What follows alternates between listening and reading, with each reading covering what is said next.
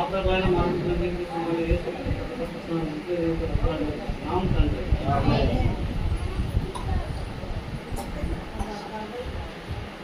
ప్రార్థనలు నడిపించిన సోదరులకి అలాగే వాక్య పాఠనం చేసిన సోదరులకి వందనాలండి. మనం గత వారం సంఘం యొక్క నిర్వహణ ఎలా ఉంటుందో ఏంటో మనం చూసుకున్నాం.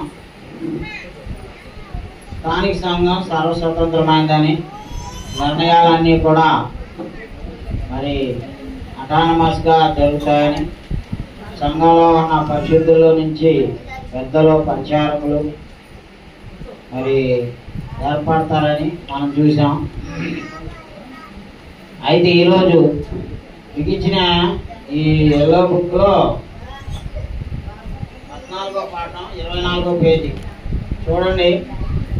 ఇక్కడ సంఘంలో ఉండేటటువంటి అధ్యక్షులకి, పెద్దలకి, కాపర్లకి ఉండాల్సినటువంటి మరి అర్హతల గురించి ఇక్కడ చెప్పబడింది.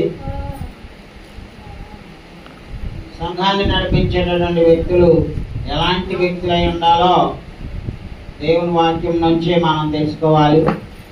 ఆ ప్రకారంగా ఉన్న వాళ్ళని, ఈ అర్హతలు ఉన్న వాళ్ళని సంఘ పెద్దలుగా అపాయింట్ చేయమని మరి అపోస్తలుడైన పౌలు గారు తిమోతికి, తీతుకి కూడా రాసిన 2 పత్రికల్లోనే ఉంది. ముందుగా పేతురు గారు ఏమి రాశారో చూద్దాం. 5వ అధ్యాయము 1 పేతురు 1 నుంచి 3వ వచనం వరకు 4 వచనాలు చదవండి. మా పేతురు రాసిన మొదటి పత్రిక 5వ అధ్యాయం 1 నుంచి 4 వచనాలు చదవండి. తోటి పెద్దలు క్రీస్తు శ్రమలను కూర్చున్న సాక్షిని బయలుపరచబడబోవు మహిమగా పాలేవాడు నేను మీలోని పెద్దలను హెచ్చరించుకున్నాను. బలిమి చేత కాక దేవుని చిత్త ప్రకారము ఇష్టపూర్వకముగాను దుర్లభాపక్షేతము కాక సిద్ధ మనసుతోను మీ మధ్య ఉన్న దేవుని మందును పై విచారణ చేయొచ్చు దాన్ని కాయుడి. మీకు అప్పగింపబడిన వారిపైన ప్రభువు వెనుకుండక మందకు మాదిరిగా ఉండు.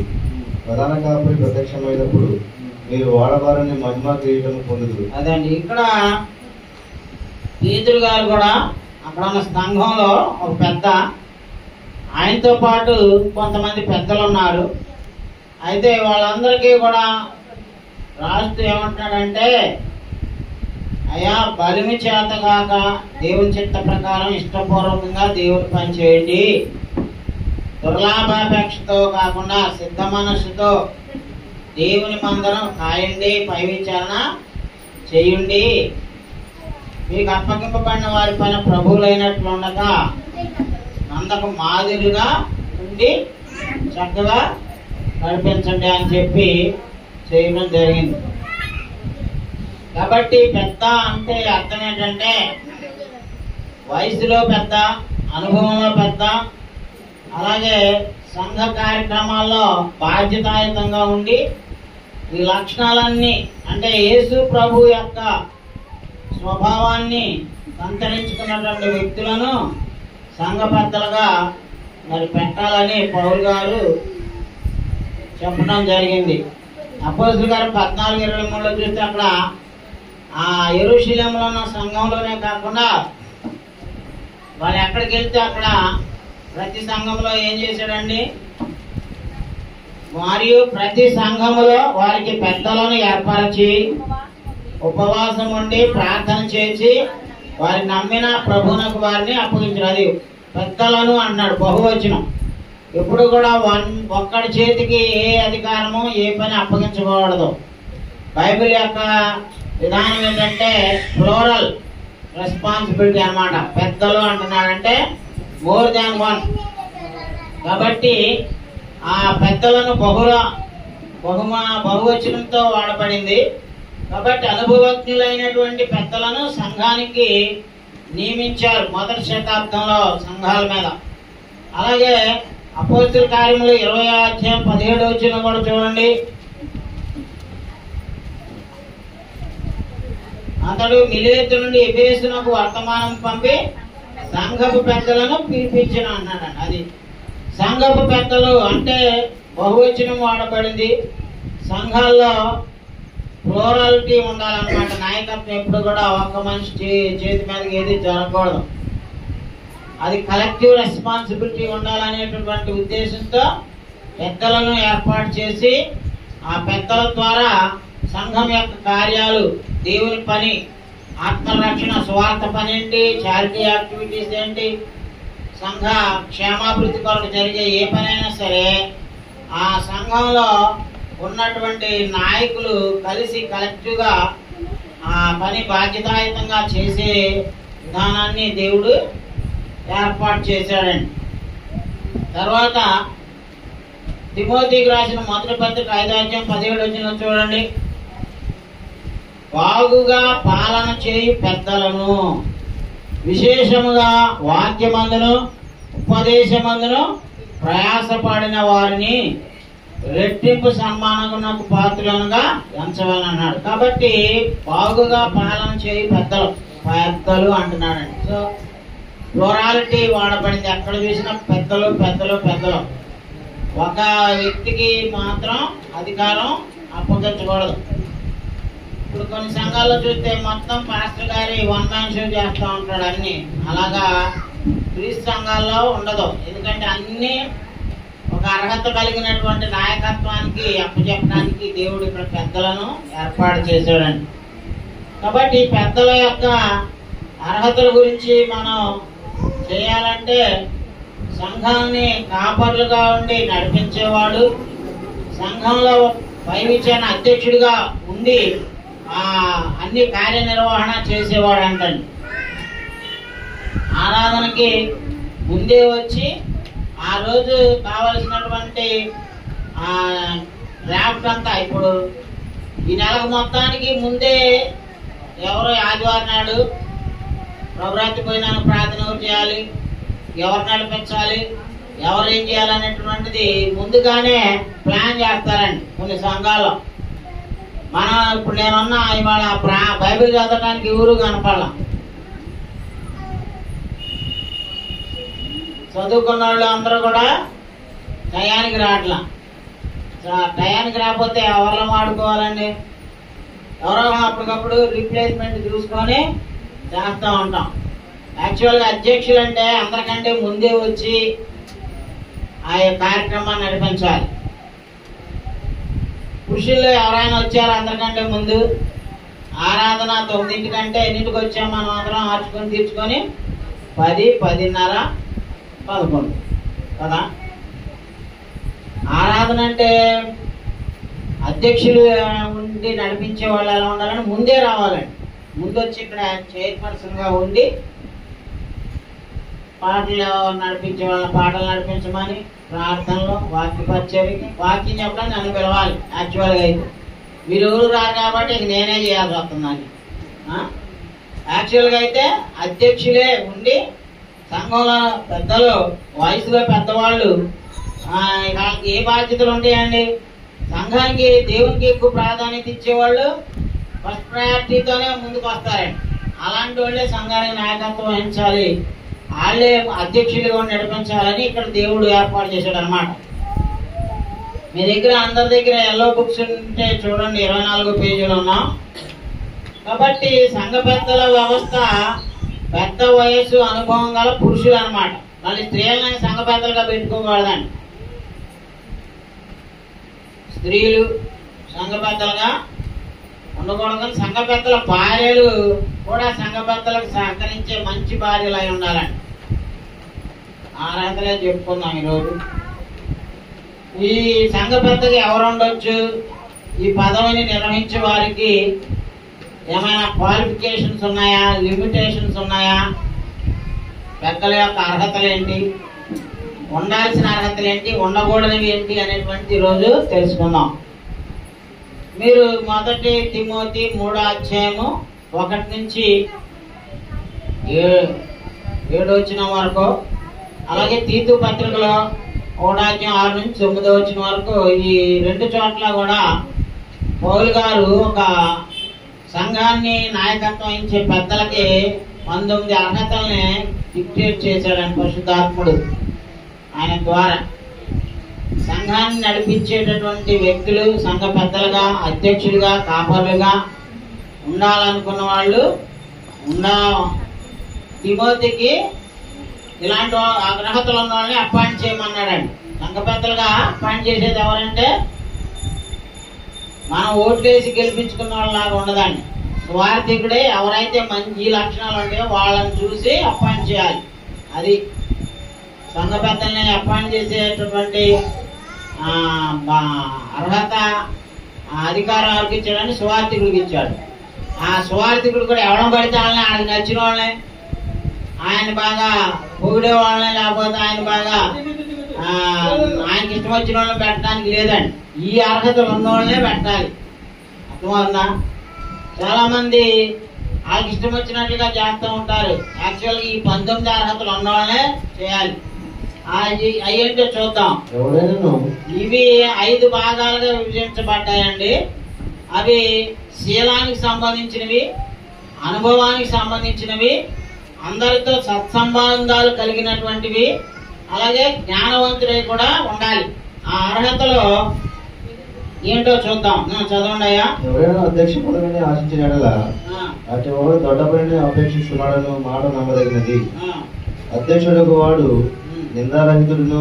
అది చాలు. ఇక్కడ ఇది చూసి తర్వాత వెళ్దాం. నెక్స్ట్ ఇక్కడ 19 అర్హతలు ఉన్నాయా కదా. అధ్యక్షుడిగా, సంఘ పెద్దలుగా ఏర్పాటు అవ్వాలంటే ఆ వ్యక్తి మీద ఏముండకూడదంటండి? నిందారహితుడుగా ఉండాలి. నిందలు ఉన్నవాడు, నిజాయితీ లేనివాడు సంఘ పెద్దగా పరిపాలించడానికి, సంఘ పెద్దగా నియమింపడానికి అనర్హుడు అన్నమాట. అంటే నిందలు వస్తూ ఉంటాయి. సపోజ్ ఆదాం గారు మందు కొడుతున్నాడు అని ఎవడైనా అనొచ్చు. మా అసూయపరులు లేకపోతే కావాలని అపనిందలు వేసి వాళ్ళు కూడా ఉంటారు. కానీ అది ప్రూవ్ అవ్వాలి. నిజంగా ఆదాం గారు మందు తాగినట్టుగా రుజువు అయిందనుకో పెద్దగా ఉండటానికి అర్హుడు కాదు. అర్థమవుతుందా? నిందారహితుడు అంటే ఏంటి? నిందలు ఉంటాయి, అపనిందలు పడతా ఉంటాయి. యేసు ప్రభు నిమిత్తం అనేక మంది మన మీద అపనిందలు వేస్తూ ఉంటారు. బట్ నిందలు వేసిన వాళ్ళల్లా అది నిజమైపోదు కదా. 2-3 సాక్షులు చూసిన వాళ్ళు దాన్ని ప్రూవ్ చేయగలిగితే అప్పుడు అది నమ్మాలన్నమాట. అందుకే సంఘ పెద్దల గురించి మాట్లాడుతూ ఈ 5వ అధ్యాయంలోనే, ఇక్కడ 1 తిమోతి 5వ అధ్యాయంలోనే అన్నాడు చూడండి. 19వ వచనంలో చెప్తున్నాడు, 2-3 సాక్షులుంటేనే గాని పెద్ద మీద దోషారోపణ అంగీకరింపకము అంటున్నాడండి. అది 2-3 సాక్షులు అంటే పలానా వ్యక్తి ఇలాంటి వాడు అనేటువంటిది వచ్చిందనుకోండి, అది 2-3 సాక్షులు చూసిన వాళ్ళు కావాలి, దొంగ సాక్షులు కాదు. మళ్ళీ ఇప్పుడు బ్లడ్ టెస్ట్ చేయించుకున్నాం అనుకోండి, బ్లడ్ టెస్ట్ లో కూడా తెలిపోతాయి.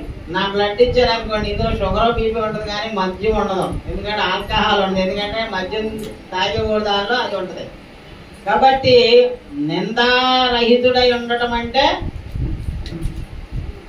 అపనిందలు ఉండటం వేరు, ఆ నిందలో ప్రూవ్ అనేటువంటిది కాకుండా ఉండాలన్నమాట. ఆ పెద్దలు ఎలా ఉండాలంటే నిందారహితుడై ఉండాలి. నిందారహితుడు అంటే ఇప్పుడు యేసు ప్రభు వారి మీద నిందలేదా? చూడండి ఒకసారి మత్తయి సువార్త 12వ అధ్యాయం 2వ వచనం చూస్తే యేసు ప్రభు వారి మీద నిందలేశారు, యేసు ప్రభు శిష్యుల మీద నిందలేశారు. కానీ అవన్నీ నిజం కాదు కదా. కాబట్టి నిజంగాని నిందలు మనం యాక్సెప్ట్ చేయకూడదు. కానీ 12వ అధ్యాయం 2వ వచనం చూడండి. పరిసయ్యులు చూసి ఇదిగో విశ్రాంతి దినమున చేయకూడనిది నీ శిష్యులు చేయించున్నారని ఆయనతో చెప్పగా, విశ్రాంతి దినమున వీళ్ళు చేలలో పడేంత ఆకలి కొని వెన్నులు తెచ్చి తినసాగారు. కానీ అదేంటండి? తప్పు కింద ఇశ్రాయేలీయులు ధర్మశాస్త్రాన్ని పాటించేవాళ్ళు చెప్తున్నారు. అయితే యేసు ప్రభువు దాని గురించి వాళ్ళని ఖండించారు. అయితే 24వ వచనంలో చూడండి, ఏకంగా యేసు ప్రభువు ఏమంటున్నారు చూడండి. 24వ వచనంలో పరిసయ్యులు ఆ మాట విని వీడు దయ్యములకు అధిపతి అయిన బయలుదేరుల వలనే దయ్యములను వెలగొడుచున్నాడు గాని మరి ఒకరి వలన కాదనేది. చూసారా? యేసు ప్రభువు ఏమంటున్నారమ్మా? ఆయన దెయ్యాలు నిలబడుతుంటే యేసు ప్రభు దెయ్యాల అధిపతి వలన దెయ్యాలు నిలబడుతున్నాడు అంట. అంటే యేసు ప్రభుని ఏమని కట్టారు? మాంత్రికుడి కింద కట్టారు. బయలుజెబూల వల్ల దెయ్యాలు నిలబడుతున్నాడని. యేసు ప్రభుని చూడంగానే దెయ్యాలు పడిపోతున్నారు. ఎందుకంటే అది ఆయన పరిశుద్ధమైనటువంటి ఆత్మ కలిగిన పరిశుద్ధాత్మ శక్తిమంతుడు కనుక, ఆయన దేవుని కుమారుడు కనుక ఆయన చూడంగానే దెయ్యాలు ఏమైపోతున్నాయి?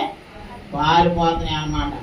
కాబట్టి ఇక్కడ 22వ వచనంలో అదే జరిగింది. అప్పుడు దయ్యము పట్టిన గుడ్డివాడును మోగవాడును అయినా ఒకడు ఆయన ఎద్దకు తేబడను. ఆయన వారిని స్వస్థపరిచినందున ఆ మోగవాడు మాటలాడే శక్తి చూపును గలవాడాయను. అందుకు ప్రజలందరూ విస్మయం ఉంది. ఈయన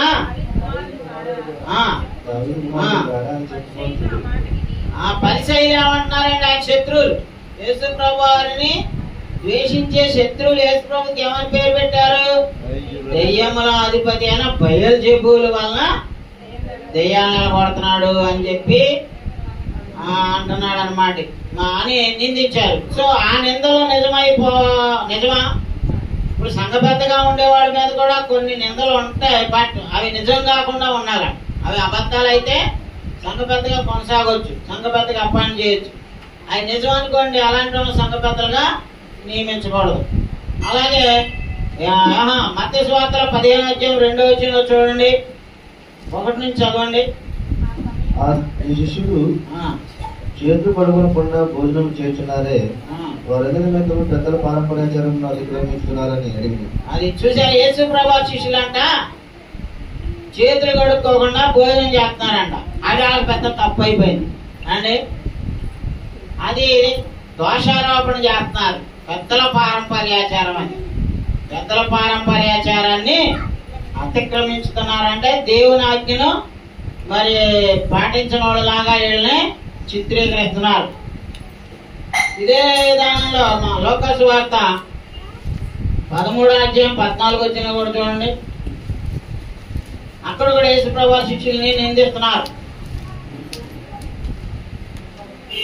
యేసు విశ్రాంతి దినమున స్వస్థపరిచినందున ఆ సమాజ మందిరపు అధికారి కోపంతో మండిపడి జనసమూహములు చూచి పని చేయదగిన 6 దినములు కలవు కనుక ఆ దినములోనే వచ్చి స్వస్థపొందుడి, విశ్రాంతి దినమందు రావద్దని చెప్పారు. అది చూసారా, యేసు ప్రభు వారిని కూడా తప్పు పట్టారు. ఎందుకని? ఆయన విశ్రాంతి దినాన బాగు చేస్తున్నాడని. సో నిందారోపణలు రావటం వేరు, ఆ నిందలో నిజం అయినటువంటి నిందలై ఉంటే అప్పుడు సంఘంని మరి పెద్దగా ఉండటానికి అర్హుడు కాదు. కాబట్టి ఇతను నిందారహితుడై ఉండాలి. తర్వాత మనం అక్కడికి వెళ్దాం, మళ్ళీ 1 తిమోతి 3వ అధ్యాయంలోకి. నిందారహితుడును ఏకపత్ని పురుషుడును అంటున్నాడండి. అంటే ఒక భర్తకి ఒక భార్య ఉండాలి, ఏకపత్ని పురుషుడే ఉండాలి. ఇప్పుడు భార్య చనిపోయింది అనుకో, భర్త ఇంకో పెళ్లి చేసుకోవచ్చు, తప్పులేదు. కానీ భార్య బతికొండంగానే ఇంకొక పెళ్లి చేసుకున్నాడు అనుకో, వాడు అనర్హుడు అనమాట. రైతోడు దేవుడు ఏం చెప్పాడంటే ఆది నుండి ఒక్క పురుషుడికి ఒక స్త్రీనే ఇచ్చాడు. సో ఆ యేసు ప్రభువులు కూడా ఏం చెప్పారు? ఒక పురుషుడికి ఒక భార్య ఉండాలి, ప్రతి పురుషుడికి సొంత భార్య ఉండాలి, సొంత భర్త ఉండాలన్నాడు. అంతేగాని భార్యలు ఉండాలని ఎక్కడైనా ఉందమ్మా? 1 కొరింథీ 7వ అధ్యాయంలో చూడండి, భర్త ఒకే భార్యకు భర్త అయి ఉండాలని, సంఘబద్ధంగా ఉండాలనుకుంటే ఈ లక్షణాలు మీలో కలిగి ఉండటానికి ప్రయత్నించండి. ఏదో టైంలో ఈ లక్షణాలు, ఈ అర్హతలు ఉంటే పెద్దలుగా ఏర్పాటు చేయడానికి అవకాశం ఉంటుంది అన్నమాట. 7వ అధ్యాయం 2వ వచనం అన్నాడు, జాగ్రత్తగా జరుగుతున్నందున ప్రతి వారికి సొంత భార్య ఉండవలను, ప్రతి స్త్రీకి సొంత భర్త ఉండవలను. భర్త భార్యకును అలాగనే భార్య భర్తకును వారి వారి ధర్మములు నడపవలను. అది ప్రతి వానికి సొంత భార్యలు ఉండాలన్నాడా? సొంత భార్య ఉండాలి. 1 వైఫ్ ఫర్ లైఫ్ టైం. ఒక లైఫ్ కి ఒక భార్యనే దేవుడు ఇచ్చాడు. ఇక మిగతా పనులు చేస్తూ ఉంటారు చూసాడు, అక్రమ పనులు. వాళ్ళు సైతానికి మనుషులు కాబట్టి అలాంటి పనులు చేస్తూ ఉంటారు. ప్రతి ఏకపత్ని పురుషుడై ఉండాలనేటటువంటిది దేవుని యొక్క ఆజ్ఞ అన్నమాట. కాబట్టి పెద్దల భార్యలు కూడా మంచి పేరు కలిగిన వాళ్ళు అయి ఉండాలన్నమాట. కాబట్టి ఇంకేమన్నాడు? అక్కడే 1 తిమోతి 3వ అధ్యాయంలోనే రండి. ఏకపత్ని పురుషుడును మితానుభవుడై ఉండాలంటండి. ఏంటి ఎలాంటి ఉండాలంట? మితానుభవుడు అంటే కావలసినంత అనుభవ జ్ఞానం కలిగిన వాడై ఉండటమే కాకుండా ఇతరులకు కూడా హెచ్చరించేటటువంటి శక్తి గలవాడై ఉండాలి. రోమాపత్రిక 14:21 చూడండి.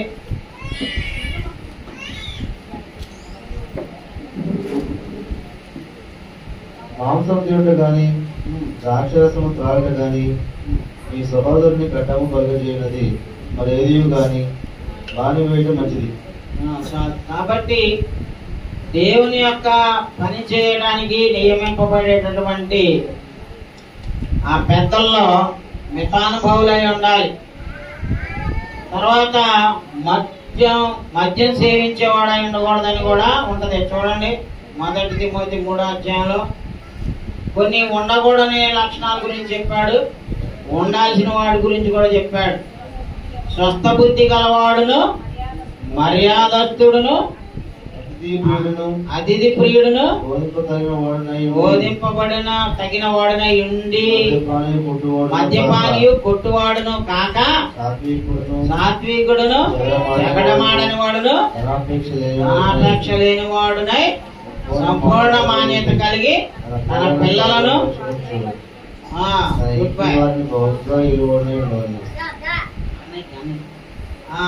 తన ఇంటి వారిని బాగా ఏలేవాడై ఉండాలి. కాబట్టి మనం చూద్దాం ఈ లక్షణాలన్నింటినీ కూడా చూస్తే సంఘం యొక్క బాధ్యతలు నిర్వహించే వ్యక్తి ఏమై ఉండకూడదంటండి? స్వస్థ బుద్ధి గలవాడై ఉండాలి. అంటే కంట్రోల్లో ఉంచుకునే జ్ఞానం కావాలి. నాలుకను కానీ శరీరాన్ని కానీ సెల్ఫ్ కంట్రోల్ ఉన్నవాడై ఉండాలి. 1 కొరింథీ 11:13 చూడండి.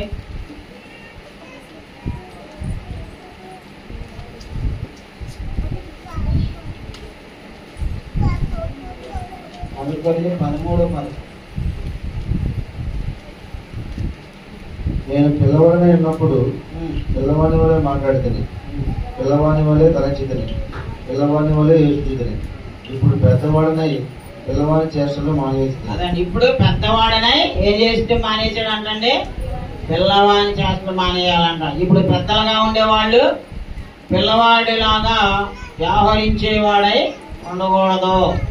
కాబట్టి అతను స్వస్థ బుద్ధి గలవాడుగా ఉండాలి. అలాగే 14:20 కూడా చూడండి. అక్కడే సహోదరులారా, బుద్ధి విషయమై అది మీరు బుద్ధి విషయమై పసిపిల్లలు కాక దుష్టత్వం విషయమై శిశువులుగా ఉండు, దుష్టత్వం విషయమై శిశువులుగా ఉండు, బుద్ధి విషయమై పెద్దవారుగా ఉండండి అన్నాడు. బుద్ధి విషయమై ఎలా ఉండాలంటండి? పెద్దవారుగా ఉండాలి. పసిపిల్లలు శిశువుల గురించి పోల్చి చెప్తున్నాడు. దుష్టత్వం విషయంలో శిశువులుగా ఉండాలి. దుష్టత్వం విషయంలో ఇప్పుడు పుట్టోడు ఉన్నాడు గౌతమ్, మహేష్ కొడుకు, నాకు బిస్కెట్ తీసుకొచ్చి ఇచ్చి తినమనిస్తున్నాడు. నా మనవాడు కూడా ఇప్పుడు ఇలాడు నాకు ఇప్పుడు తీసుకొచ్చి. గౌతమ్కి నా మీద ఎంతో ప్రేమ. ఆడు నేను ఇక్కడ బాగా చేస్తున్నానని తెలియదు కదా, తీసుకొచ్చి ఇచ్చి బిస్కెట్ తినయ్యా అని ఇస్తున్నాడు. అబ్బా, స్వార్థికుడు ప్రేమించే మనసు చిన్నపిల్లడి నుంచే ఉందండి. ఆయన చూసి నాకు సంతోషంగా ఉంది వాళ్ళ. ఎందుకంటే దుష్టత్వం ఉండదా పిల్లల్లో? ఏమా కల్లా కాపడం ఉండదా? సేద్వేషం ఉండదా? ఆడిగిస్తే నాది పోతానికి నేను స్వార్థపరి ఇస్తారా? పిల్లల్లో కూడా చాలా మంది ఎవరికి ఏమీరు, ఆ ఎదురోడికి లాక్కుంటారా, కానీ వీడి చేతిలో ఆడి దగ్గరికి వెళ్ళాలంటే మహా కష్టం. కొంతమంది పిల్లలకి అది వస్తుంది. వాళ్ళ తాతయ్యలాగా అనుకుంటా అందరికి ఇచ్చేస్తాడు. కాబట్టి బుద్ధి విషయమే ఎలా ఉండాలంటండి? పెద్దల్లాగా ఉండాలి. దుష్టత్వం విషయంలో మాత్రం ఎలా ఉండాలంటమ్మా? శిశువులాగా ఉండాలి. సో 2 క్వాలిటీస్ మనలో ఉండాలి. చెడు పనులు చేయకుండా పసిపిల్లల్లాగా ఉండాలి, నీతిగా. జ్ఞానం విషయంలోకి వచ్చేసరికి మెచ్యూర్డ్గా ఆలోచించాలి. ప్రతిదానికి మనం షార్ట్ టెంపర్ అయ్యేవాళ్ళు దేవుడి పనికి పనికిరా, అసలు క్రైస్తవులు అనడానికి కూడా అర్హులు కాదండి. ఎందుకంటే మనము కొన్ని విషయాల్లో సెల్ఫ్ కంట్రోల్ చేసుకోవాలి. స్వస్థ బుద్ధి అంటే అది. కాబట్టి దేవుని యొక్క బిడ్డలుగా మనం ఉండవలసినటువంటి లక్షణాలు అది అన్నమాట. తర్వాత స్వస్థ బుద్ధి తర్వాత ఏమిచ్చాడండి? మర్యాదస్తుడు, అతిథి ప్రియుడు అంట. ఏమా మర్యాదస్తులు ఎవరైనా ఉన్నారా మన సంఘంలో? అతిథి ప్రియులు ఉన్నారా? అంటే సంఘంలో ఉన్న వాళ్ళని ఇంటికి పిలిచి మర్యాద చేసి సహాయపడే వాళ్ళుగా, ఆతిథ్యం ఇచ్చేవాళ్ళుగా ఉండాలి. సంపూర్ణ మాన్యత గలవారుగా ఉండాలి. సభ్యత సంస్కారం గలవారై ఉండాలి.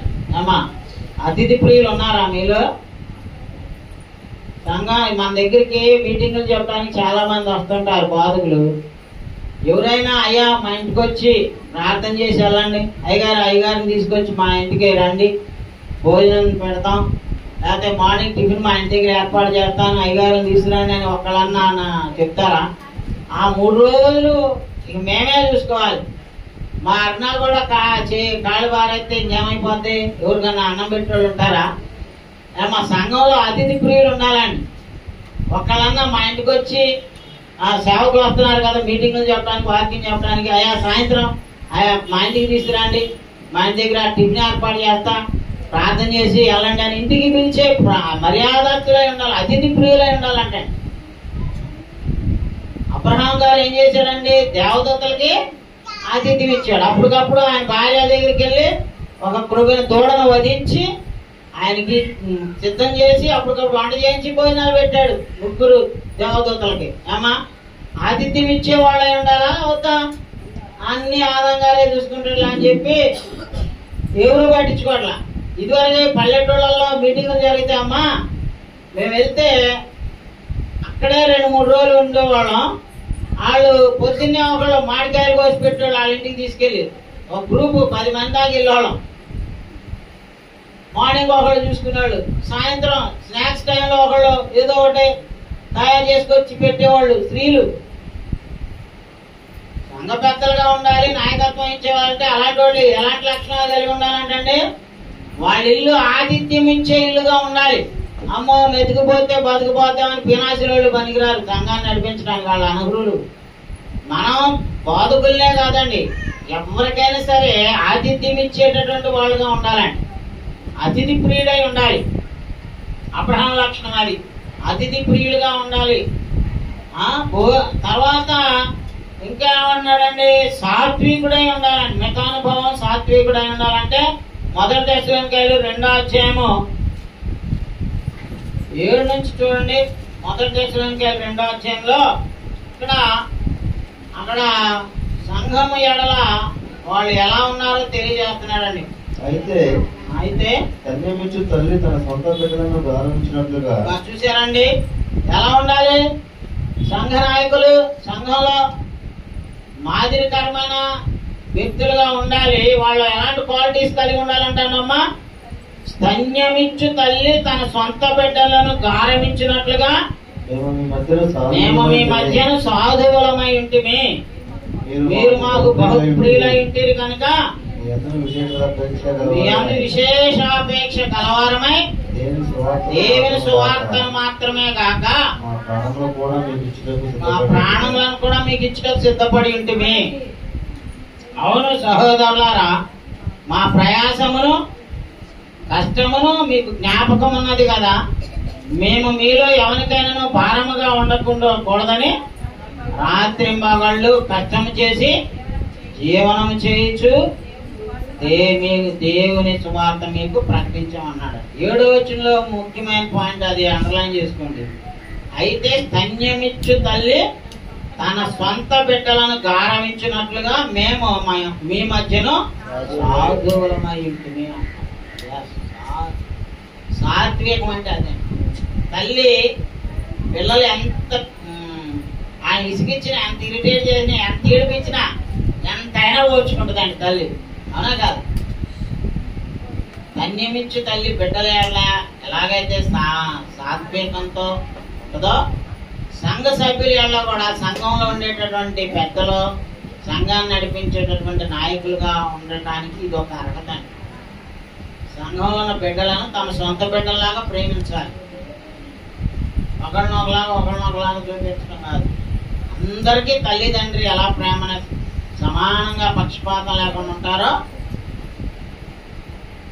వాళ్ళే దేవుని సంఘంలో పెద్దలుగా, కాపర్లుగా, అధ్యక్షులుగా ఉండటానికి అర్హులు అంటారు.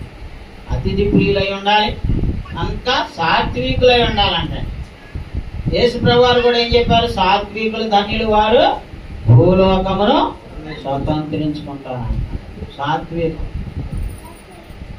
ఇప్పుడు మోషేని వాళ్ళ అక్కే ఎదురు తిరిగింది. నువ్వేనా పెద్ద సేవకుడు, మేము కాదా, మా మీద కూడా దేవుడు, మేమందరం పరిశుద్ధులమే, మేమందరం ప్రవక్తలమే అని ఎదురు తిరిగిన వాళ్ళ మీద మళ్ళీ ఎదురు తిరిగి పోట్లాడారా? లేదు. సాగలు పడి వాళ్ళందరికీ తన సాత్వికం అక్కడ కనపడిచాడు కదా. కాబట్టి సాత్వికులు ధన్యులు, వారు భూలోకమును స్వతంత్రించుకుంటారు అన్నాడు. కాబట్టి సంఘములో పెద్దలుగా నియమింపబడే వ్యక్తికి ఉండవలసిన లక్షణం సాత్వికం. మర్యాదస్తుడుగా, అతిథి ప్రియుడుగా ఉండాలి. మళ్ళా బోధింపదగిన వాడై ఉండాలి. బోధించే సామర్థ్యం కూడా ఉండాలి. మనకి బోధించే సామర్థ్యము లేనటువంటి వ్యక్తులు ఆ బోధించే వాళ్ళు వచ్చి బోధ చేస్తున్నప్పుడు అది సత్యమా కాదా అని పరిశీలించాలి. ఇర్మియా గ్రంథం 3:14 చూడండి. సంఘ పెద్దలు కానీ, కాపర్లు కానీ ఆ వాక్య జ్ఞానం కలవారై ఉండాలండి. వాక్య జ్ఞానం లేకపోతే అజ్ఞానులుగా. రక్షకులకు పిల్లలారా, తిరిగి రండి, నేను మీ యజమానుడును, ఇదే యెహోవాకు. ఒకనొక పట్టణం నుండి ఒకని గాను, ఒకనొక కుటుంబం నుండి ఇద్దరిని గాను మిమ్మల్ని తీసుకొని సీయోనుకు రప్పించెదను. నాకు ఇష్టమైన కాపర్లను మీకు నియమించును. వారి జ్ఞానముతోను వివేకముతోను మిమ్మల్ని. అదండి జ్ఞానం మెయిన్. కాపరి, సంఘ కాపరి, సంఘాన్ని అధ్యక్షులుగా ఉండి నడిపించే వ్యక్తుల్లో ఏముండాలంటండి? జ్ఞానము, వివేకము కలిగి సంఘాన్ని నడిపించాలి. బోధింప సమర్థుడై ఉండాలంటే దేవుని వాక్య జ్ఞాన అనుభవం గలవాడై ఉండాలి అనేటువంటిది ఇక్కడ మనకి తెలియజేయబడుతుంది అన్నమాట. అలాగే బోధింప సమర్థుడై ఉండాలి. తర్వాత ఏమి ఉండకూడదో చెప్తున్నాడు. మద్యం సేవించేవాడై ఉండకూడదు, కొట్టేవాడై ఉండకూడదండి. మద్యం సేవించేవాడు కానీ, కొట్టువాడే అయి కానీ, జగడమాడేవాడు కానీ అవి ఉండకూడదు అంటండి. ఏమా మనం ఎలాంటి వాళ్ళుగా ఉంటే సంఘ పెద్దలు ఉంటారు కరువులు అంటండి? మత్తులో మునిగి తేలేవాడై ఉండకూడదు. త్రాగుబోతుని తీసుకొచ్చి మా సంఘ పెద్దగా నియమించుకొని దౌర్భాగ్య స్థితికి మనం దిగజారకూడదు. అర్థమన్నా? మత్స్యంలోకి వెళ్ళి చూడండి, ఒకసారి ఆర్సీఎం అంటే అక్కడ సంఘ పెద్ద చూపుతున్నాడు. ఇంత పొట్టుకు చుట్టపట్టుకొని కూర్చున్నాడు. ఈడేనాయా మా సంఘ పెద్ద, ఈయనేనాయా అని చెప్తున్నాడు. ఆడికి మళ్ళీ చాలా ఘనకార్యాలు ఉన్నాయి అంట. అలాంటి వాడిని ఏం పెడుతున్నారు వాళ్ళు? మా సంఘ పెద్ద అయినవాడు చుట్టూ తాగొచ్చా, మందు కొట్టేవాడై ఉండొచ్చా? సంఘ పెద్దలు అంటే మద్యపానీయు, కొట్టేవాడు కూడా ఇవి ఉండకూడదు.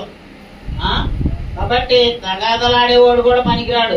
2 తిమోతి 2:14 చూడండి. మద్యపానీయు అయి ఉండకూడదు. వినివారిని చెరుపుటకే గాని మరి దేనికి పనికిరాని మాటలను గూర్చి వాదము పెట్టుకొనవద్దని ప్రభు ఎదుట వారికి సాక్ష్యమిచ్చుచు ఈ సంగతులను వారికి జ్ఞాపకం చేయమన్నాడు. అది వాదాలు పెట్టుకుంటాం, దుర్భాషలాడటం, మరి సరైన క్యారెక్టర్ లేని వాళ్ళని, సరైనటువంటి పర్సనాలిటీ, వ్యక్తిగత్వం లేని వాళ్ళని మనం ఎప్పుడు కూడా సంఘ పెద్దలుగా పెట్టకూడదు అంటండి. కాబట్టి ఏమి ఉండకూడదు అంటండి? మద్యం పానీయు, కొట్టువాడునై ఉండకూడదు. అంటే భార్య పిల్లలను కొట్టేవాడు కూడా పనికిరాడు అనమాట. కొట్టువాడును, తగాదాలు, గొడవలు పడేవాడు పనికిరాడు. అలాగే ధనాపేక్ష కూడా లేనివాడు అంటారు. ఏమో ధనాపేక్ష ఉన్నవాళ్ళు బైబిల్లో ఉన్నారా లేరా? ఉన్నారు. ఆకాన్ ఉన్నాడు, అననీయ సప్ఫీరాలు ఉన్నాడు, గెహాజీ ఉన్నాడు, ఆఖరికి ఇస్కరియోతు యూదా కూడా. ఆడు ఎలాంటి వాడు అంట చూడండి ఒకసారి యోహాను సువార్త 12వ అధ్యాయంలో. ఈ ధనాపేక్ష లేని వాడినే పెట్టుకోవాలంటండి సంఘంలో దేవుని పని చేయడానికి. ధనాపేక్ష ఉన్నవాడు పనికిరాడు. యోహాను సువార్త 12వ అధ్యాయం 4వ వచనం చూడండి. ఆయన శిష్యుల్లో ఒకడు అనగా ఆయన అప్పగిపోయి ఉన్న ఇస్కరియోతు యూదా ఈ అత్యధికు 300 దేనారములకు అమ్మి పేదలకు ఇయ్యలేదనండి. వాళ్ళకు చెప్పినది పేదల మీద శ్రద్ధ కలిగి చూడండి. వాడేలాగా చెప్పినది పేదల మీద శ్రద్ధ కలిగి కాదు గాని వాడు దొంగ అయి ఉండి తన దగ్గర డబ్బు సంచి ఉండినందున అందులో వేయబడినది దొంగిలించుతూ వచ్చిన కనుక అది. వాడు ఎలాంటి వాడు అంటే ధనాపేక్షపరుడు, దొంగ. దేవుని డబ్బుల్ని దొంగిలించుతూ వస్తున్నాడు అనమాట. ఆడు ధనాపేక్షపరుడు కాబట్టే కదా, ధనం కోసం ఆరాటపడేవాడు అవబట్టే కదా దేవుని పనిని వదిలేసి దేవుని బిడ్డ దేవుని కుమారుడు యేసుక్రీస్తుని అమ్మేశాడు 30 వెండి నాణాలకి. కాబట్టి అలాంటి వాళ్ళకే సంఘ నాయకత్వం, సంఘంలో ఏ అధ్యక్ష పదవి కానీ, పెద్దలుగా ఉండే అర్హత కానీ, లేదా కాపరిగా ఉండే అర్హత కానీ వాళ్ళకి లేదు. అలాంటి వాళ్ళకి ఇవ్వకూడదు అనమాట. 1 తిమోతి 6:9 కూడా చూడండి. 1 తిమోతి 6:9. అదిగోండి, ధనవంతులగుటకు అపేక్షించువారు శోధనలోను, ఊరిలోను, అవివేకయుక్తములను, హానికరములనైనా అనేక దురాశలలోను పడుదురు. అట్టివి మనుషులను నష్టములోను, నాశనములోను ఉంచివేయను. ఎందుకనగా ధనాపేక్ష సమస్తమైన కీడులకు మూలము. కొందరు దానిని ఆశించి విశ్వాసము నుండి తొలగిపోయి నానా బాధలతో తమను తామే పోల్చుకోండి. చూసారమ్మా, ధనవంతులకు అపేక్షించి ధనాపేక్ష కలిగిన వాళ్ళని సంఘం పెద్దలుగా పెట్టకూడదు అంటారు. ఉదార స్వభావంతో దేవుని పని పట్ల, బాధల్లో ఉన్న వారి పట్ల చారిటీగా ఉండే వాళ్ళనే దేవుని పని మీద పెద్దలుగా, అధ్యక్షులుగా, కాపలుగా పెట్టాలి. ధనవంతులుగా అపేక్షించే వారిని వాళ్ళు ఏట్లో పడతారంట, శోధనలో పడతారు, గురిలో పడతారు, అవివేకయుక్తములను, హానికరములునైనా అనేక దురాశలలోను పడుదురు. అట్టివి మనుషులను నష్టములోను, నాశనములోను ముంచివేస్తాయి. అలాగా ధనాపేక్ష ఉన్నవాడిని సంఘం మీద అధ్యక్షుడిగా కానీ, పెద్దగా కానీ, కాపరిగా కానీ పెట్టకూడదు. ఎందుకనగా ధనాపేక్ష సమస్త కీడులకు మూలము అన్నాడు. కాబట్టి అలాంటి లక్షణాలు ఉన్న వాళ్ళని సంఘ పెద్దగా పెట్టకూడదు. ధనాపేక్ష లేనివాడునే సంపూర్ణ మాన్యత కలిగి తన పిల్లలను స్వాధీనపరచుకోవాలంట. అది కుటుంబాన్ని, తన కుటుంబాన్ని, ఇంటి వారిని బాగుగా ఏలేవాడే ఉండాలి. అందరినీ, తన ఇంట్లో వాళ్ళందరూ రక్షణ పొందినట్లుగా చూసుకోవాలి. తన ఇంట్లో వాళ్ళందరూ ఆరాధన మిస్ అవ్వకుండా అన్ని కార్యక్రమాల్లో ఇన్వాల్వ్ అయ్యేటట్టుగా చూసుకోవాలండి. కుటుంబంలో పిల్లల్నే రక్షించుకోలేనాడు, కుటుంబంలో భార్యనే రక్షించుకోలేనాడు వాడు సంఘంలో మాదిరిగా ఉంటాడా? ఉండలేడు. సో అందరినే రక్షించుకోవాలి. అందుకే చెప్తున్నాడు, కుటుంబం ఎవడైనాను తన ఇంటి వారిని ఏలనేరక పోయిన అతడు దేవుని సంఘమును అలాగూ పాలించును అన్నాడు. కాబట్టి కుటుంబం తనకు లోబడేటట్లుగా చేసుకోవాలి. సంఘ సభ్యులకి మాదిరిగా ఉండే వ్యక్తి ఉండాలి అనేటటువంటిది దేవుడు కోరుకుంటున్నాడు అన్నమాట. న్యాయమైన వాడై ఉండాలి, సజ్జన ప్రియునై ఉండాలి. అంటే మంచిని ప్రేమించేవాడుగా ఉండాలి, మంచి క్రియలను ప్రేమించేవాడుగా ఉండాలి. మంచిని ప్రేమించాలి, చెడుని అసహించుకునేవాడుగా ఉండాలండి. కాబట్టి అంటే వాడు పవిత్రుడై ఉండాలి. అతను నిందారహితుడై ఉండాలంటే పవిత్రుడై ఉండాలి. మొదటి పేతురు 1:15-16 ఏమన్నాడండి పేతురు గారు? దేవుడు ఏం చెప్తున్నాడు? నేను పరిశుద్ధుడినై ఉన్న ప్రకారము మీరును సమస్త ప్రవర్తనలో పరిశుద్ధులై ఉండండి అంటున్నాడు. కాబట్టి మన పరలోకపు తండ్రి ఏమన్నాడు? సంపూర్ణుడై అన్నాడు, పరిపూర్ణుడై ఉన్నాడు. అంటే ఏ పాపం లేని కంప్లీట్ రైచస్ అన్నమాట, పూర్తిగా నీతివంతుడై ఉన్నాడు. కాబట్టి ఆయన బిడ్డలమైన మనం కూడా నిందారహితులుగా జీవించాలి. లేవి కారణం 19:2 చూడండి. లేవి కారణం 19:2లో చూస్తే ఆయన ఎదుట మనం నిందారహితులుగా జీవించాలి. అదిగోండి, మీ దేవుడనైనా యెహోవానగు నేను పరిశుద్ధుడనై ఉన్నాను, మీరు పరిశుద్ధులై ఉండవలెను అంటున్నాడండి. అది 19:2లో ఏమన్నాడమ్మా? మీరు పరిశుద్ధులై ఉండాలి, మీ దేవుడనైన యెహోవానగు నేను పరిశుద్ధుడనై ఉన్నాను. మన దేవుడు పరిశుద్ధుడు కనుక సంఘంలో మనం అందరం కూడా ఎలా ఉండాలి? పరిశుద్ధులై ఉండాలి. ప్రతి క్రైస్తవుడికి ఈ అర్హతలు ఉండాలండి. ఈ అర్హతలు ఉన్నాడే పరలోకం వెళ్తాడు. ఇప్పుడు మనం చెప్పుకుంటూ వచ్చాం కదా, ఇవన్నీ ఆ లక్షణాలన్నీ ఉన్నోడికే పరలోకం అండి. ఆ లక్షణాలన్నీ లేకపోతే దేవుడు పరలోకానికి రానిచ్చే అవకాశము ఉండదు. అందుకే సంఘ పెద్ద కుటుంబం మాదిరికరమైన కుటుంబం కలిగి ఉండాలి. సంఘ పెద్దల అధ్యక్షుల భార్యలు కూడా అందరినీ ప్రేమించి తల్లిలాగా చూసుకోవాలండి. పిల్లలను, సంఘ సభ్యుల్ని తల్లిలాగా చూసుకోవాలి. ఒకళ్ళనొకలాగా ద్వేషించడం, లేకపోతే ముఠాలు కట్టడం, కొంతమంది మీద సాడీలు చెప్పుకోవటం, ఇవన్నీ సైతాన్ పనులు, ఇవన్నీ ఉండకూడదు. కాబట్టి ఏం చెప్తున్నాడు? సంఘ పెద్ద మాదిరికరమైన కుటుంబం కలిగి ఉండాలని దేవుడు కోరుకుంటున్నాడండి.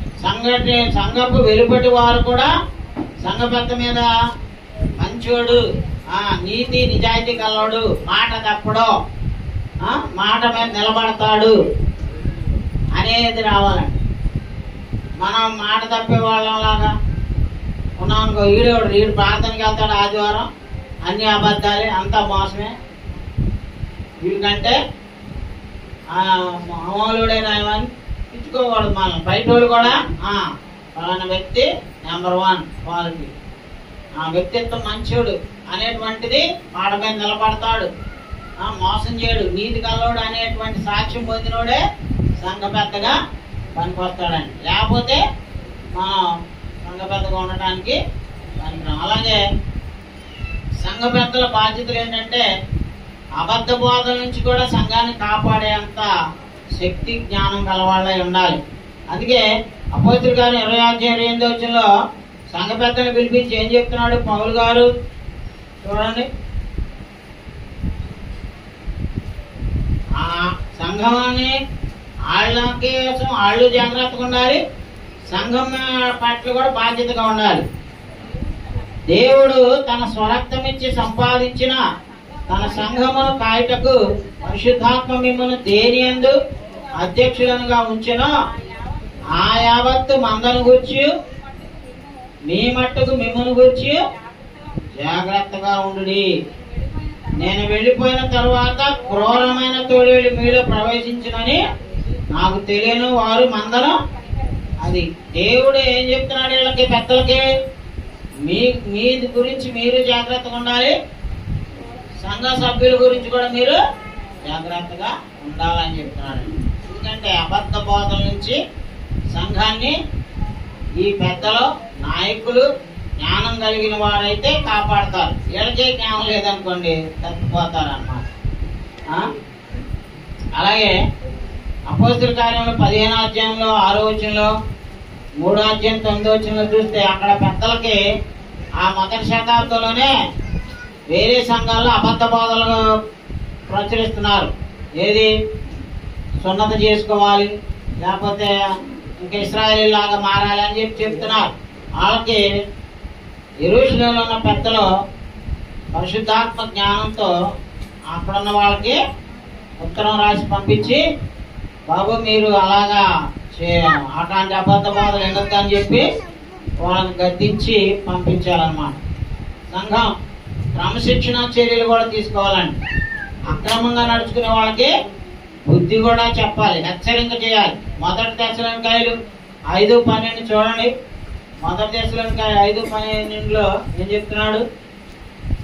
మరియు సహోదరులారా, మీలో ప్రయాసపడుచు ప్రభువునందు మీకు భయవారై ఉండి మీకు బుద్ధి చెప్పు వారిని మనన చేసి వారి పనిని బట్టి వారిని ప్రేమతో మిక్కిలి ఘనముగా ఎంచవాలని వేడుకొంచున్నాము. మరియు ఒకరితో ఒకడు సమాధానంగా ఉంది. అది ఒకరితో ఒకడు ఎలా ఉండాలంటండి? సమాధానంగా ఉండాలి. ఏమా ఎంతసేపు సమాధానం పోవాలంటే చిన్న చిన్న విషయాలకే తనుకు చేస్తున్నారు. అక్క కుటుంబం తమ్ముడు కుటుంబం తలకాయలు పాల్గొని హాస్పిటల్లో ఉన్నారు, కేసులు పెట్టుకుని. ఏమా మళ్ళీ వాళ్ళు మన ఆదివారం మన భారతం వచ్చాడు. నా తల బాదుకుంటున్నాను. ఏంట్రా బాబు, చిన్న కామెడీగా సరదాగా అనుకున్న మాటలో పెద్ద ప్రబలం చేసుకొని వాళ్ళింటి మీద వీళ్ళింటి మీద కాళ్ళు తనుకొని తలకాయలు పాలు కొట్టుకొని వచ్చి చక్కగా ప్రార్థనలో కూర్చునేదామా హాస్పిటల్. వాళ్ళ దగ్గరికి అక్కడే ఎదురు బదులు ఉన్నారు, ఇద్దరికి ప్రార్థన చేసి వచ్చి అమ్మ ఈ సైతాన్ని ఏంటరా నేను తలపాదుకుని నాకు మనసేంది లేదు, నిద్ర పడతల్లా. అరే మన సంఘంలో వాళ్ళు బాధినే వాళ్ళు ఒక్కళ్ళు వాళ్ళ అక్కే తమ్ముడే, వాళ్ళు ఒక తల్లికే పుట్టినాడు ఒక తండ్రికే పుట్టినాడు, మళ్ళీ వాళ్ళు బయటోడు కూడా కాదు. అరే ఎవళ్ళు ఏ మాట అయినా సర్దుకుంటే ఏమైపోద్ది, తగ్గించుకుంటే ఏమైంది? ఒక మాట పడితే ఏమన్నా ఒళ్ళు చిల్లు పడిద్దా? ఏమా క్షమించుకోవడం చేత కావట్లేదు. ఏం నేర్చుకున్నారు? తల బాదుకొని నా తలకాయ తీసుకెళ్ళి రైలు కింద పెట్టుకోవాలనిపిస్తుంది. ఎందుకంటే ఎంత చెప్పినా చిన్న విషయంలోనే చిన్న విషయం చిలికి పిల్లల విషయంలోనే సరదాగా అనుకున్న మాటలకి తిట్టుకొని కొట్టుకొని తలకాయలు బాగా కొట్టుకొని కేసులు పెట్టుకొని ఇప్పుడు ప్రార్థన ఆ 2 కుటుంబాలు సైతాన్ని చూశారు, అంత సింపుల్ గా పెట్టేసాడు. మన సొంత అక్క సొంత తమ్ముడు తలుచుకుంటేనే నాకు చాలా బాధ కలుగుతుంది. ఏంటి మన సంఘంలో వాళ్ళు ఎలా అయిపోయారండి, ఎంత దారుణంగా ఉందండి, ఇదేంటి సైతాన్ని ఎట్లాంటి దెబ్బ కొట్టాడండి అని బాధపడతాం. ఎందుకంటే ఎవరు తగ్గించుకోకూడదు, ఎవరైనా అంటే అనుకున్నారులే అని తగ్గించుకుంటే మాటలతోనే ఉండాలి. చేతలు దాకా వెళ్ళిపోయి తలకాయలు పనులు కొట్టుకొని ఇప్పటికైనా చల్లార్చుకోవాలి, కానీ సమాధానం పడుకోవాలి, కానీ కేసులు పెట్టుకుంటే ఏమొచ్చిందండి? ఎందుకంటే జగడమాడే వాళ్ళుగా ఉండకూడదు, సాత్వికులుగా ఉండాలి. తప్పుడు పనులు చేసి ఇలాగా దెబ్బలాడుకున్న వాళ్ళకి బుద్ధి చెప్పాలండి. మారు మనసు పొందాలి. ఇలాంటి స్వభావం ఉన్నవాళ్ళు మారు మనసు పొందాలి. ఏమన్నాడు ఇక్కడేమ్మా? మరియు ఒకరితో ఒకడు సమాధానంగా ఉండాలండి. మనం ఒక్క కుటుంబ సభ్యులం అండి, మనది దేవుని కుటుంబ సభ్యులం. మనలో భేదాలు ఉండకూడదు, దెబ్బలాట్లు తన్నులాట్లు ఇవన్నీ ఉండకూడదు. ఎవరో ఒకరు తగ్గించుకోవాలి, సాత్వికంగా ఉండాలి, మారు మనసు పొందాలండి. అందుకే దేవుడు మీరు సమాధానంగా ఉండమన్నాడండి. మనం సైతాన్ పనులు చేసుకోకూడదంటండి. సంఘ క్రమశిక్షణ చర్యలు తీసుకోవాలి. 2 తెస్సలోనికైలు 3:6 చూడండి. అక్రమంగా నడుచుకునే వారికి బుద్ధి చెప్పాలంటున్నాడండి. సహోదరులారా, మా వలన పొందిన బోధన ప్రకారము కాక అక్రమముగా నడుచుకుని ప్రతి సహోదరుని యొద్ద నుండి తొలగిపోవాలని మన ప్రభు అయిన యేసుక్రీస్తు పేరట మీకు ఆజ్ఞాపించుచున్నాము.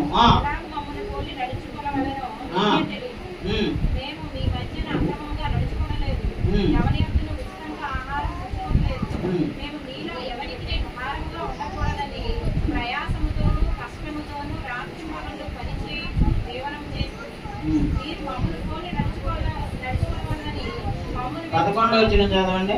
మీలో కొందరు ఏ పని చేయక పరుల జోలికి పోవచ్చు అక్రమంగా నడుచుకొనిచున్నారని వింటున్నాను. అది అక్రమం అన్నమాట. పరుల జోలికి పోవడం, సమస్యలు పెద్ద చేసుకోవడం అనేటువంటిది అక్రమం.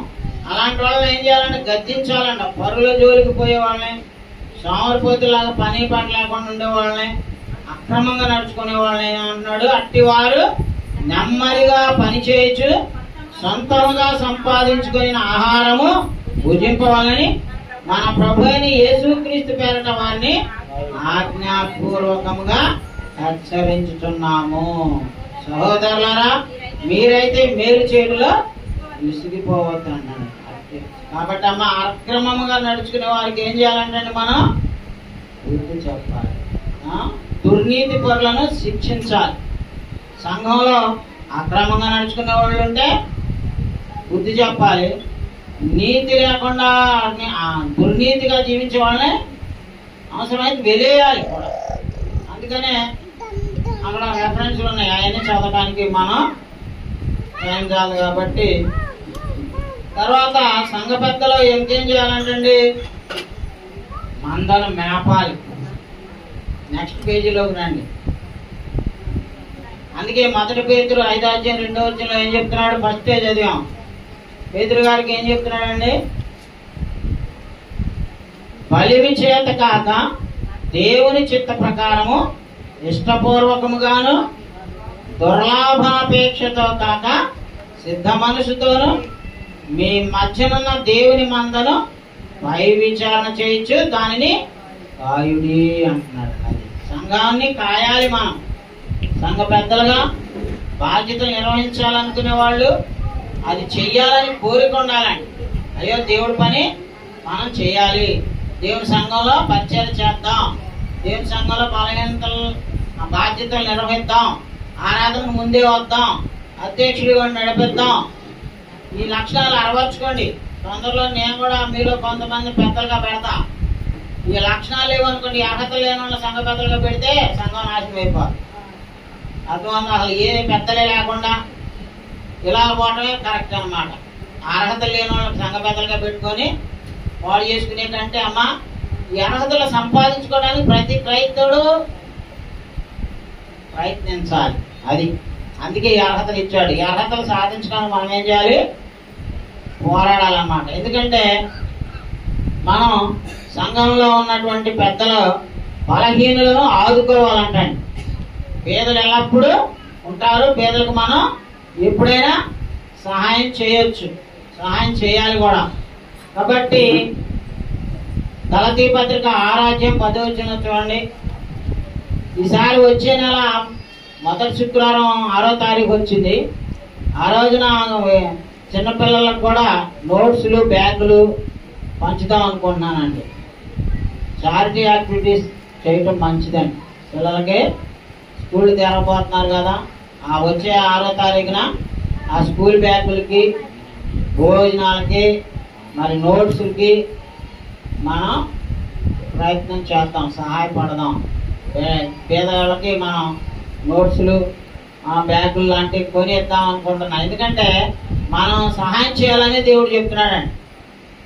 కాబట్టి మనకు సమయం దొరికిన కొలది అందరి ఎడలను, విశేషముగా విశ్వాస గృహమునకు చేరిన వారి ఎడలను మేలు చేయదము అన్నాడండి. 6వ వచనం నుంచి చదివితే సంఘంలో మన బాధ్యతలు దయా దాక్షిణ్యాలు కలిగి సంఘంలోనూ సహాయపడాలి, బాధకులకి సహాయపడాలని వాక్యం చెప్తుందండి. 6వ అధ్యాయం 6వ వచనం చూడండి. వాక్యోపదేశము పొందువాడు ఉపదేశించువానికి మంచి పదార్థములన్నిటిలో భాగం ఇవ్వలేను. మోసపోగుడి దేవుడు వెక్కిరింపబడడు. మనుషుడు ఏమి విత్తునో ఆ పంటనే పోయింది. ఏమా, వాక్యోపదేశం పొందేవాడు, వాక్యం చెప్పేవాడికి ఏం చేయాలంటండి, మీరు చేపల కూరలు తినండి, మేమేమో పచ్చళ్ళు వేసుకొని తింటాం. మేము ప్రతి ఆధారం మాకు పప్పే పెట్టింది మా ఆవిడ. ఈ వారం పోయిన వారం మాత్రం వాళ్ళ దయ కలిగిన వాళ్ళు చేపలు పంపించారు, అవన్నీ చేపల కూర తింటున్నామండి. పోయిన వారం కూడా వాక్యోపదేశం చేసేవాడికి, వాక్యోపదేశం పొందేవాళ్ళు అన్నింటిలో భాగం ఇవ్వాలండి. ఎత్తనారా అన్నీ మనమేదండి. ఆదివారం వస్తే అయ్యగారు గుర్తొస్తారు ఎవరికన్నా. ఆయన తింటే ఏంటి, తినపోతండి. పచ్చి పులుసు తిన్నా, పచ్చడి వెతుకులు తిన్నా పర్వాలా, మనం మాత్రం మొక్క తినందే మొక్క దిగదు మనం. ఇక్కడ బైబిల్ ఏం చెప్తుంది, వాక్యం చెప్పేవాడికి మీరు తినే వాటిలో కూడా ఏం చేయాలంటండి, తాగెత్తున్నారా. కాబట్టి నా కోసం చెప్పలా, నేను తినే అయిపోయింది. షుగర్లు, బీపీలు ఏడా భోజనం పెట్టినా తినేది. మేము మన ఫంక్షన్కి వెళ్ళాము, హోషే గారు వాళ్ళ మేనత్త రిటైర్మెంట్ ఫంక్షన్కి తింటున్నావా, వాళ్ళ దగ్గర బోల్డని ఐటమ్స్ ఉన్నాయి, 5 నిమిషాల్లోనే చేతులు కడిగేసాం. ఎందుకంటే తింటేనే రోగం ఎక్కువ అవుతుంది, తినకూడని వయసుకు వచ్చేసాం. కాబట్టి మీ మనసులు ఎలా ఉండాలంటే మీతో పాటు సంఘాన్ని, సేవకుడిని కూడా ఆలోచించుకోవాలి. మీలో పాలిభాగస్తుడు, మా దానిలో వాటా ఒకరికి ఇవ్వాలి. ఎవరైనా అంటే దైవ సేవకుడు అనేది ఇక్కడ చెప్తున్న మాట అండి. నా కోసం కాదు, నాకేం తేమాకండి, ఏమవుతుంది మేము తినేది లేదు, చచ్చేది లేదు. మోసపోకుడి దేవుడు వెక్కిరింపబడడు. మనుషుడు ఏమి విత్తునో ఆ పంటనే కోయినా. మనము మేలు చేయడం యందు విసుగక ఎందాం. 9వ వచనం, మనము అలయక మేలు చేసి తిమేని తగిన కాలమందు పంట కోస్తాం అంటున్నాడు. కాబట్టి ప్రియ సహోదరి సహోదరులారా, మనము దేవుని యొక్క బిడ్డలం కనుక వాక్యానుసారంగా జీవించడానికి ఈ అర్హతలు కలిగిన వారుగా పురుషులందరూ తయారవ్వాలండి. ఇలాంటి అర్హతలు ఉంటే పెద్దలుగా నియమించడానికి, పరిచారకులుగా వాళ్ళకి హెల్పర్స్గా ఉండటానికి కూడా ఈ అర్హతలు చాలా ముఖ్యం. సో ఇవన్నీ మీరు మళ్ళీ చదువుకోండి ఇంటికి వెళ్ళాక. మరి పెద్దలుగా ఉండే వాళ్ళకి మనం ఎలా ఉండాలో చెప్పుకొని ముగించుకుందాం. 1 దశలోనికాయలు 5, 12, 13 చూడండి.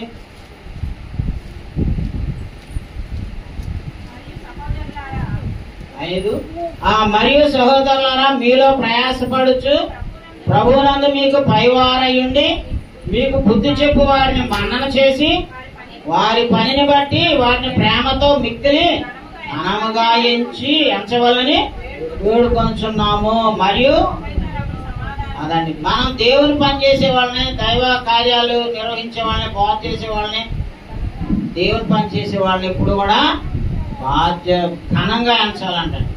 ఇంకా వాళ్ళని ఏం చేయాలంట? గౌరవించాలంట.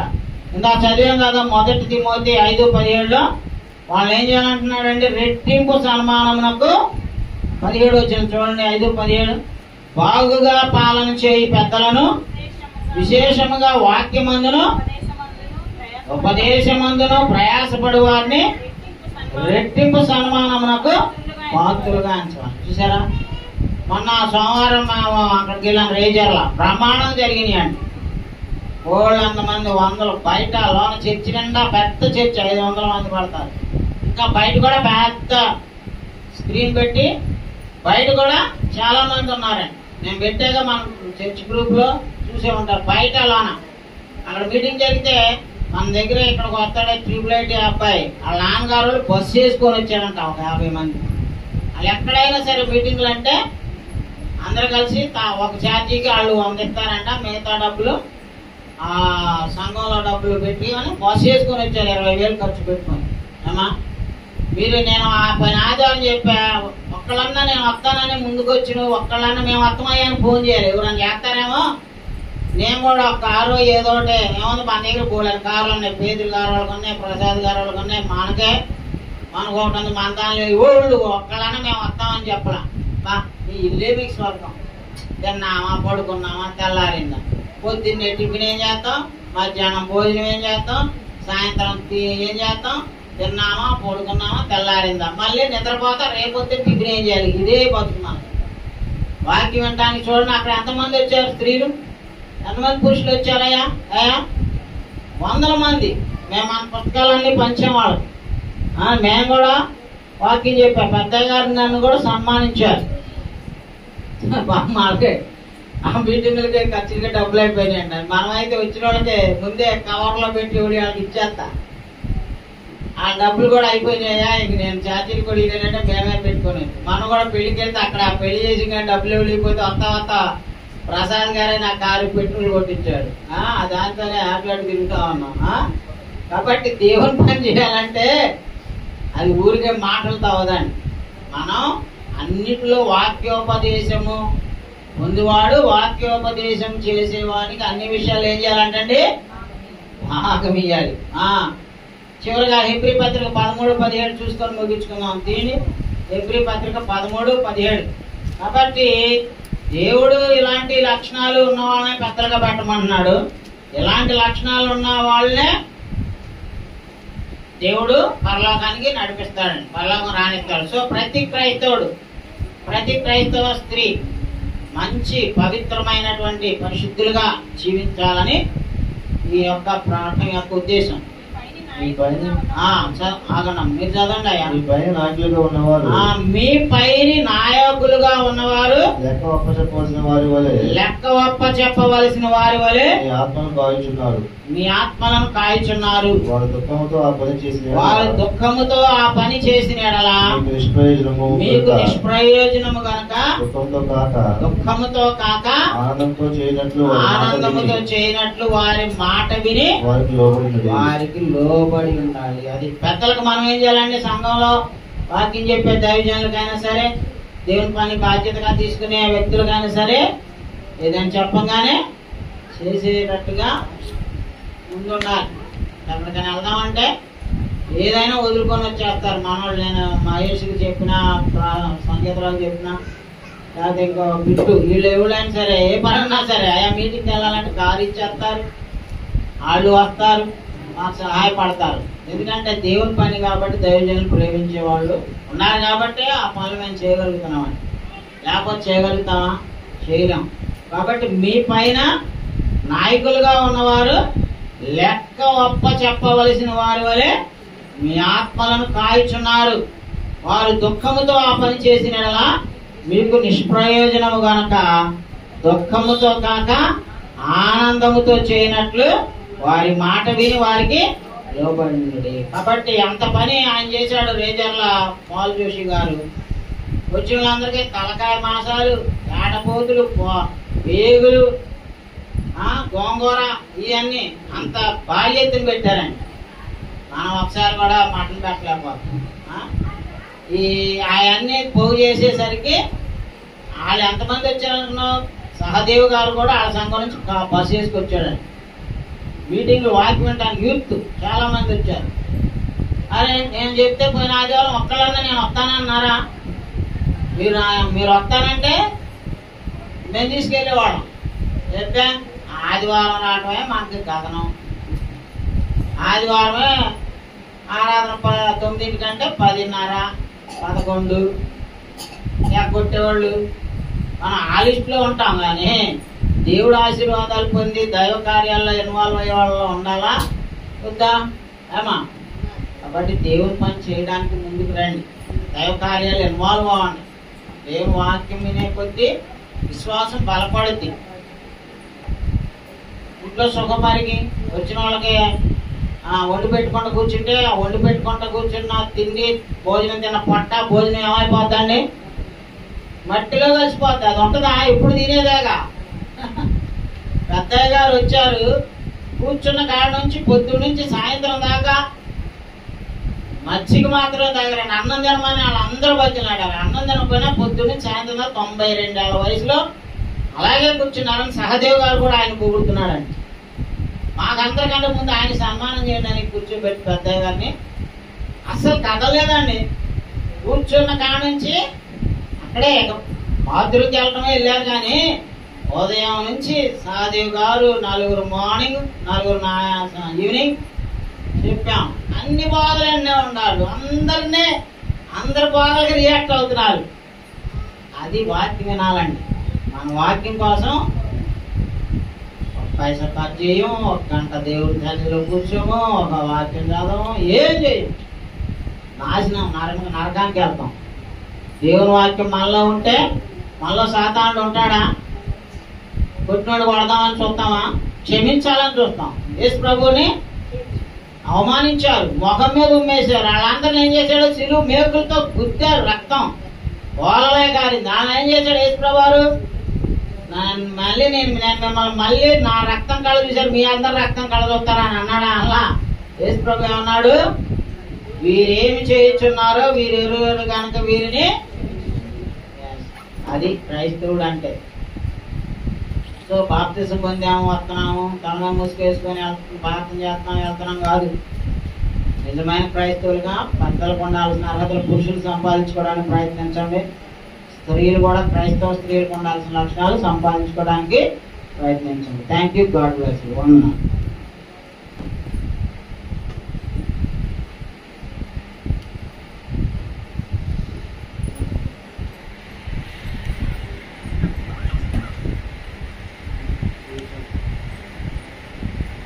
కూడి వచ్చిన ప్రజలందరికీ ప్రభుని యేసుక్రీస్తు నామమున అందరికీ వందనాలండి.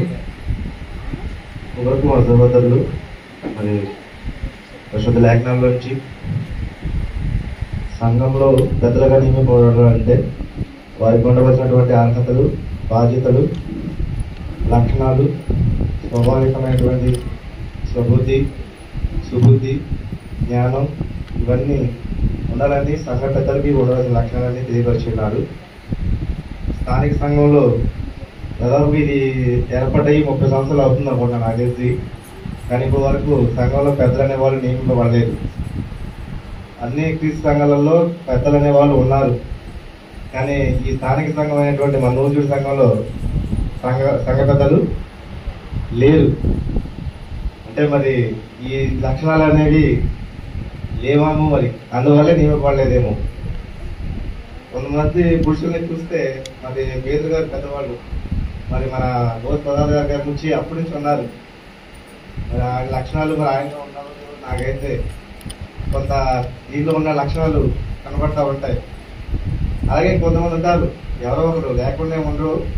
ఇంకా అంటే సంపూర్తిగా ఆ లక్షణాలని అలవాటు చేసుకుంటే సంఘ పెద్దలుగా నియమించబడడానికి మరి బాధ్యతలు తీసుకోవడానికి మన సహోదరులు నియమించడానికి సిద్ధంగా ఉన్నారు. కాబట్టి ఇంకా ఏమైనా లోకంలో ఉన్నటువంటి విధానాలు, పద్ధతులు, నిందపాలైనటువంటి విధానాలు ఏమైనా ఉంటే అవన్నీ తొలగించుకుంటే మనం సంఘ పెద్దలుగా నియమించడానికి అర్హులుగా సాధించినట్లయితే సంఘ పెద్దలు అనేది ఉండడం అనేది చాలా అవసరమైనది.